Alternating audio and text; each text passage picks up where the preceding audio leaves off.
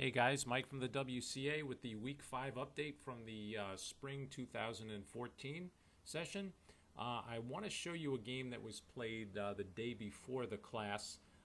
We have Cooper playing the white pieces against Josh. These are both kids. Cooper is off this semester, but he's a really talented young guy who's very interested in attacking. Almost all of his moves are always attacking something or moving forward. He's only in first grade, so he's going to have a problem as he moves up in sections. This was his first experience in the primary, and he actually won. He won all 4 of his games. He had come from the K1 section, but there's a problem here in that he's overly aggressive and he attacks early with his queen. This is really common, but the good news is it's very difficult to teach aggression in chess. So the fact that he is willing to attack and take these chances is a very good thing. It's easier to kind of bring him back and slow him down than it is to get someone who's kind of afraid to attack or not willing to do it. To try to get them to be more aggressive is a difficult thing to do. So let's take a look. This game ended in I think 8 or 9 moves, and it's very common at this level.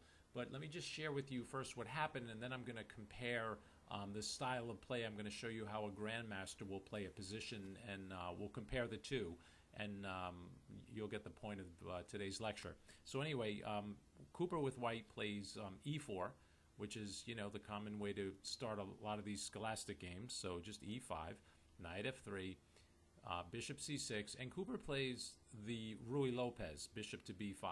And you know, these guys at this level, they're not really familiar with the names of these openings, nor should they be. They should really only be interested in getting the pieces out and getting castled and then getting first experiences with middle games.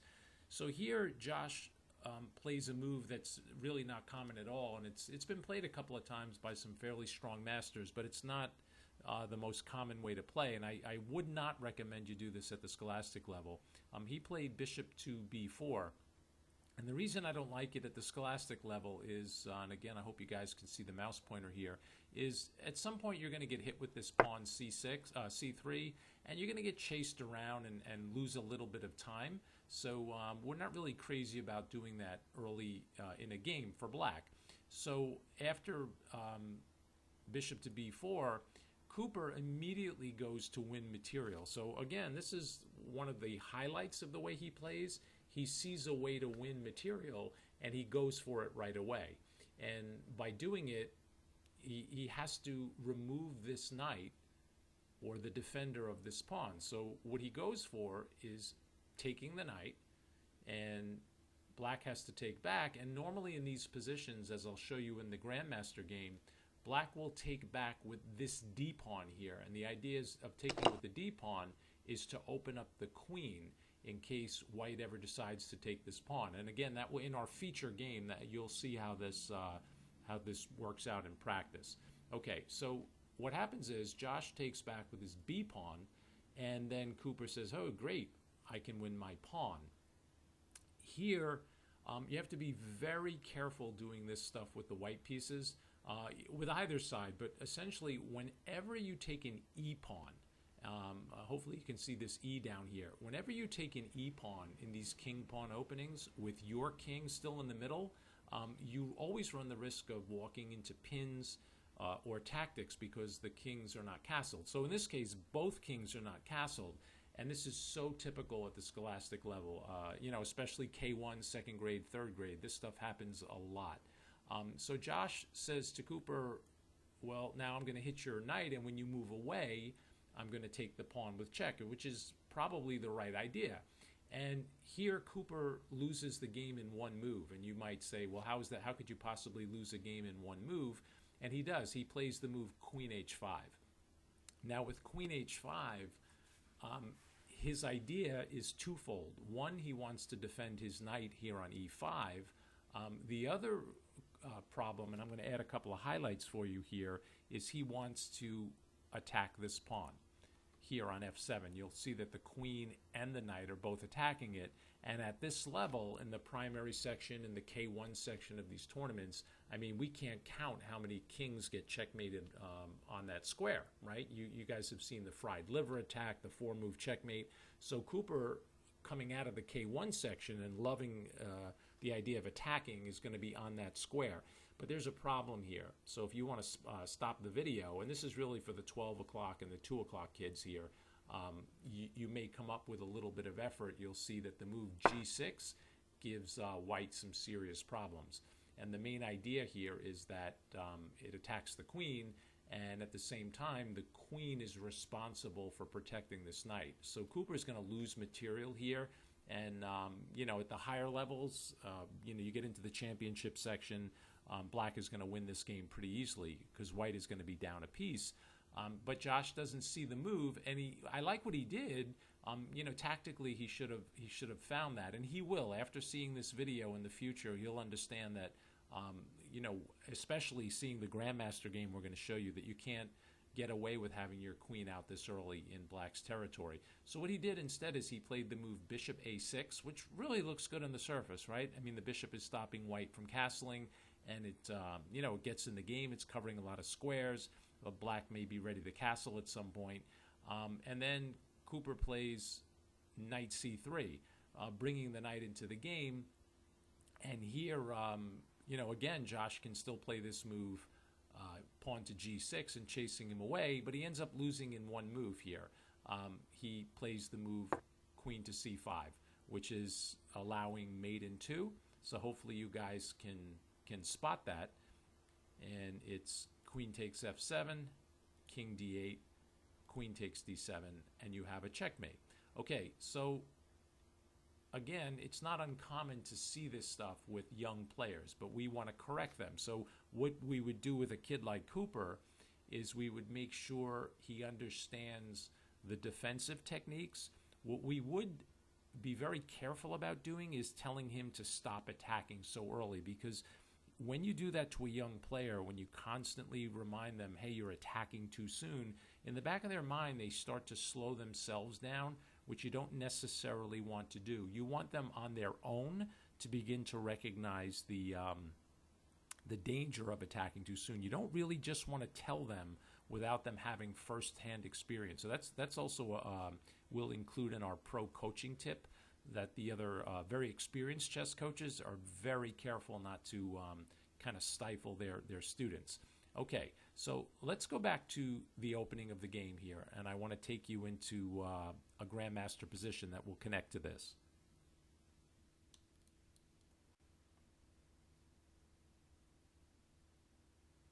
Okay, Grandmasters, so here now I flip the board. We're going to be looking at this from the black side. Let's go through some opening moves. So E4, E5, all basic stuff, right? Knight F3, Knight C6. Here's the Ruy Lopez again, and now we're going to look at the exchange variation. So black plays A6, and white most commonly just retreats the bishop, but taking the knight is certainly, you know, played at the highest levels in chess. And again, you'll see that black has two ways to take the bishop back. And in the opening, the most common way, very often, is to take away from the center with the D pawn. And that does several things for you. One, it creates this pawn structure here with these 4 pawns, which is a nice place for your king to hide if you're black. That's one. Number 2, it also opens lots of lines. You'll see the bishop here with the mouse pointer, and the queen have already open lines because of that trade, and this bishop was already free to develop, so black will be able to get the pieces out quickly. The negative or the downside to this, and this will be done in other videos, it's not going to be done here, is that this particular pawn structure, if all of the power pieces came off the board, the king and pawn ending would be very difficult for black to play, because these 4 pawns would be stopped by these 3 later in the game, but that's for another time. Anyway, so again, what I want to connect from the game with Cooper and Josh is you'll see that the white knight here can pick off this pawn on E5, because, you know, white did eliminate the knight here. And it turns out that this was played against a 2600. So we're going to be looking at this game from the perspective of I apologize, I don't know if he was a GM or not, but he was like 2640. His last name was Graf. And again, I apologize. I actually don't know if Graf is a male or female. So anyway, the player with black allows this move, which is really never played at the highest levels because of this tactical trick, queen to d4, which hits the e-pawn here and the knight at the same time. And some players try to simplify with white. They say, hey, this is not so bad for me because I really damaged your pawns. So what I'll do is I'll just go back, attack your queen, let you get your pawn back, and now I'll force a queen trade by pinning your queen to the king. And black is like, okay, this is not so bad for me because after you take back, I'm not thinking about mating your king. I'm not saying the white king is in any great danger here, especially with the queens off the board, but black's position gets, I think, a little easier to play. And already from these first trades, I want you to start paying attention to the differences that both sides have. There are 3 minor pieces left for each team. Black has 2 bishops and a knight, and white has 2 knights and a bishop. And already this early in the game, I think that leads to a slight advantage for black because of the pawn structure. The 2 teams, the armies of pawns here, are miles apart from each other. There's absolutely no pawn contact. And when that happens in a chess game, bishops tend to feel a little more comfortable than knights, because if the pawns are not in contact, that means there's lots of open space. Bishops love open space. Knights kind of like when the pawns get connected or kind of in contact with each other, because that creates support points, places for the knights to kind of sit. So watch how black handles this. He plays bishop to f5, which immediately attacks a pawn that's not defended. You don't really want to defend with your knight because black can just take it off and probably win your c-pawn without any problems. So that's not going to work. So after bishop f5, he just plays the very natural d3 to stop the pawn from being lost. Black castles, and again, I want to highlight that pawn structure. And in this position, even with the queens on the board, that pawn structure can be very useful to protect the king. I mean, you have 1 extra pawn in front of your king, right? But here with the queens off, it's much easier for black to advance these pawns. So not only do they protect the king from attack, without queens on the board, they're a little freer to kind of like move up the board and chase the knights around, as you'll see later in the game. Okay, so after castling, white develops his bishop to e3, and then one of these kind of strange moves that when you first see them, especially if you're coming out of the the K1 and primary sections, even up to like championship in our local tournaments, these moves are kind of hard to understand. Here black plays the move f6, and you have to remember that you're not in a middle game with queens on the board. Like you see that white king sitting in the middle of the board. A lot of scholastic players, instead of playing f6 here, would play a move like rook e8, which seems to make a lot of sense because you're putting pressure on the white king. But things like this start to happen. White will play rook to e1, and then it's like, well, my knight belongs on f6, not my pawn. But these moves turn out not to really have the same ideas attached to them as they do in normal positions with the queens on. White can just tuck the king in, and this is just a sample line. And then another idea, the kids will move the bishop again, attack the knight thinking they can double the pawns, and white just develops a piece. And if you start trading as black here, white's just going to take back, and the pressure is going to start coming off the board. And I've seen games like this continue. They just keep going, looking to trade things, and black will trade into some position like this, and all of a sudden white's doing okay. There's no more pressure. Black doesn't have the bishop pair anymore. And try to remember that this pawn structure, if they get into an ending with just kings, could be a problem for black. So let's go back to this move f6. It seems kind of mysterious, right? But let's examine what it does. Firstly, it takes away the f4 square and the e5 square. And remember what I said before, the knights are not crazy about positions where the pawns are not in contact. They kind of need support squares. So this pawn f6 is telling the knight, well, you're not coming forward. That's number one. Number two, you see how after this pawn moves, it opens up these light squares here? Sometimes when you're the only player that has a bishop of one color, they each have dark squared bishops, but only black has the light squared bishop. And making these pawn moves opens up these squares for the future. It's possible the bishop may relocate itself and kind of tuck in behind this pawn so nothing can attack it. And from this little hole here, it can attack in two different directions. And remember, white does not have a light squared bishop or queen to kind of counter any attack on these diagonals. So f6 serves a couple of purposes there. Okay, so white begins to get the pieces out. And then, again, a move a scholastic player might not understand, knight to e7. You're thinking you're blocking your bishop, but the knight wants to come into the middle of the board, and it's not clear where this bishop was going to go yet. So a couple of developing moves, knight to b3, targeting this square. And black very patiently says to white, I'm not letting you in, and I'm going to start to prove to you that my two bishops are going to be stronger than your two knights. And he plays the move b6. Very, very simple idea. Prevents the white knight from coming in. Maybe the king could use this square if there was ever any pressure on this file, but that's probably a secondary reason. The pawn simply says you can't come in, and it prepares the move c5 for the future for black. Okay, so knight b to d4, hitting the bishop, and this is a very, very important moment. Please don't play moves like bishop to g4 and h3, bishop h5. This would be okay in this position if you had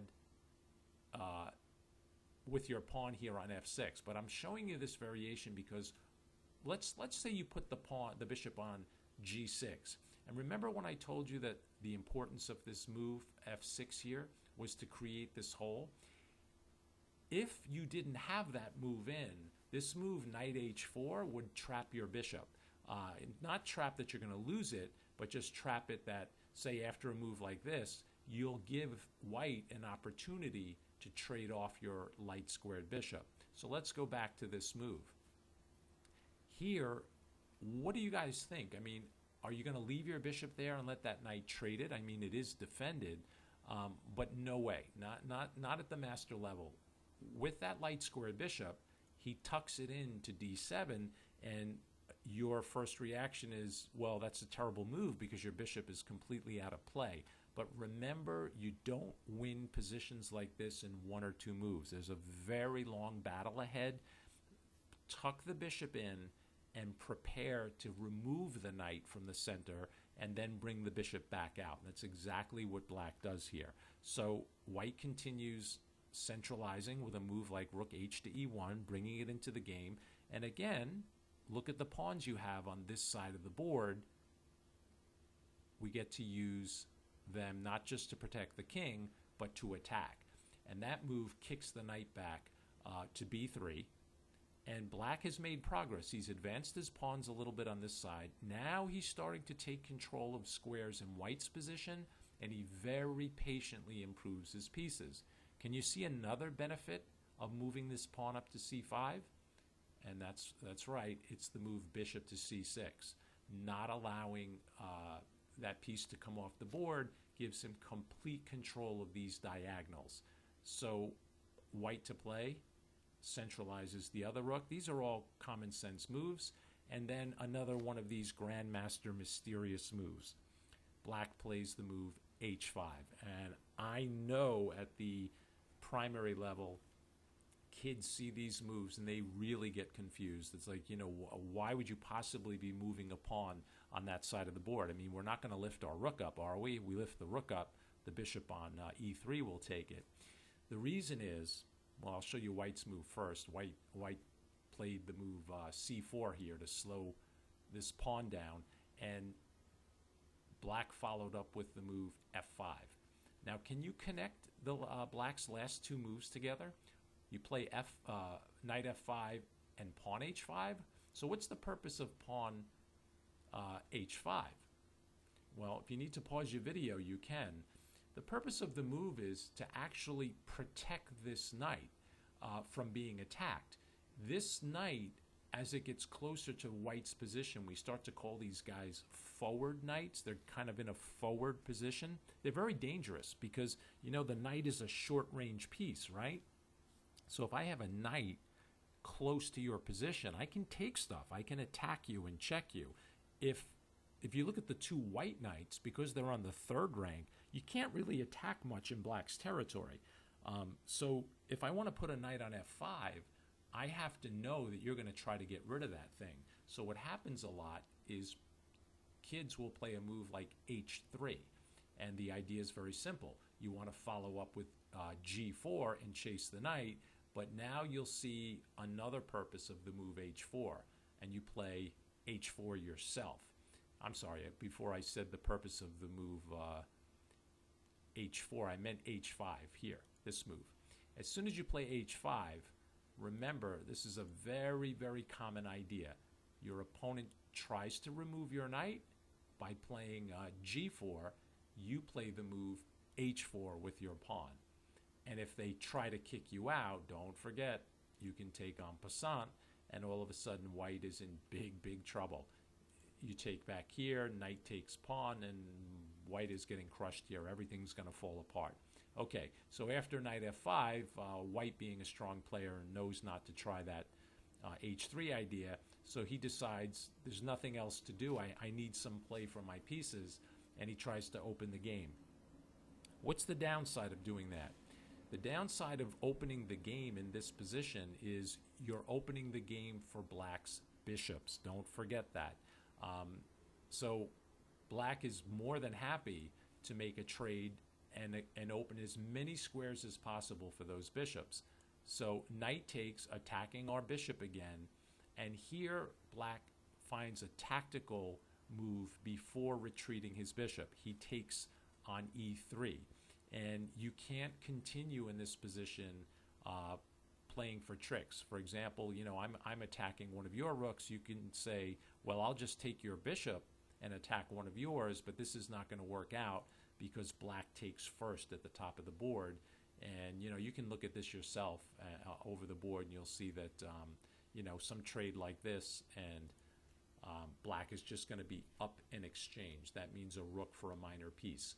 Okay, so after he took here, white didn't go in for that trick and just took back with the pawn. I don't know, I guess, you know, not wanting to leave your king in the middle of the board, but the pawn now becomes something of a weakness, and at the same time, black still keeps this bishop pair. So what do we do here? Do we play a move like, you know, do we allow a trade here, protect the bishop or something like that? I don't think so. You're going to definitely want to keep that piece. So cool idea by black. Bishop a4, attacking the rook.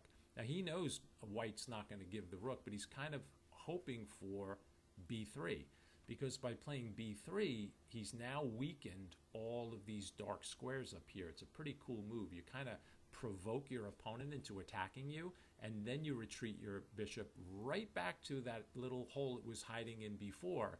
And it looks passive because you're blocking your rook, but, you know, look at this a little bit deeper, and you'll see that these diagonals that I'm showing with the cursor completely take those white squares away from this knight, and this poor guy over here can't come forward because of our friend on f6. Don't forget the importance of that move was to control the e5 and f4 squares.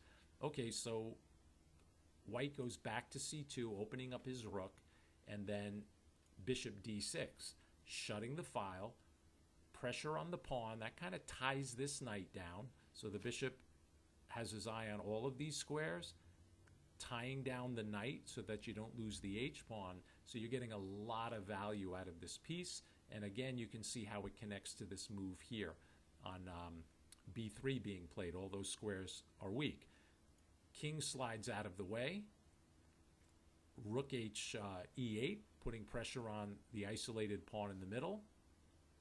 Rook d5, trying to play actively. attacking a pawn here that's undefended, and black uses his pawns really, really well here. He plays g5. Playing g5 shields the pawn, number one, and then threatens to come forward and attack the knight that's on f3, so white doesn't like that and plays h4. And then before attacking the knight with his pawns, another in-between move. Bishop to c6, chasing the rook back to d4, and these bishops are just monsters here. Bishop e4.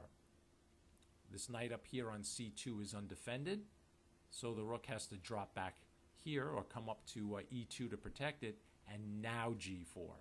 So the bishops and the pawns are driving back the entire white army, and it's just amazing how fast white loses from this position. The knight retreats back to e1, and this is really a sad sight. The knights are running out of squares, the rooks are running out of squares, and now c5. So the black king is in absolutely no danger, so why not push those pawns up, chase the white pieces back, rook goes back to d2, and simple chess, bishop e5. Willing to trade one pair of rooks, but black is going to penetrate on these dark squares soon, and white is going to be helpless. So g3 was played, I guess maybe to stop this pawn from advancing with a check, but you'll notice here all of these light squares are starting to weaken, and it's only a matter of time, right guys?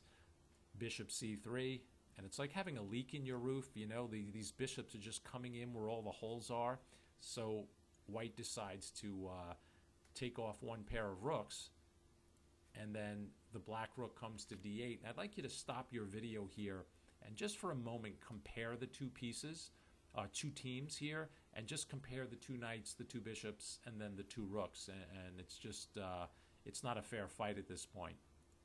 King g1 walks into the move rook d1, which creates a pin at the top of the board. So the king broke the pin, and then white played one more move and black played one more move and white resigned. He just plays rook to c1, and it's kind of unfortunate here. All the knights are basically pinned because they're attacked twice. You see the bishop and rook attack this guy, and this bishop and rook attack this knight. So if one of the knights moves, you're going to lose the other knight, and of course if the rook moves, you're going to lose a knight over here. So white just resigned. Okay, a long video. There's some commentary about the class and the differences between the two types of sections, but I hope you enjoyed it. It's very instructive to see how masters solve these problems. Okay, we'll see you guys in class.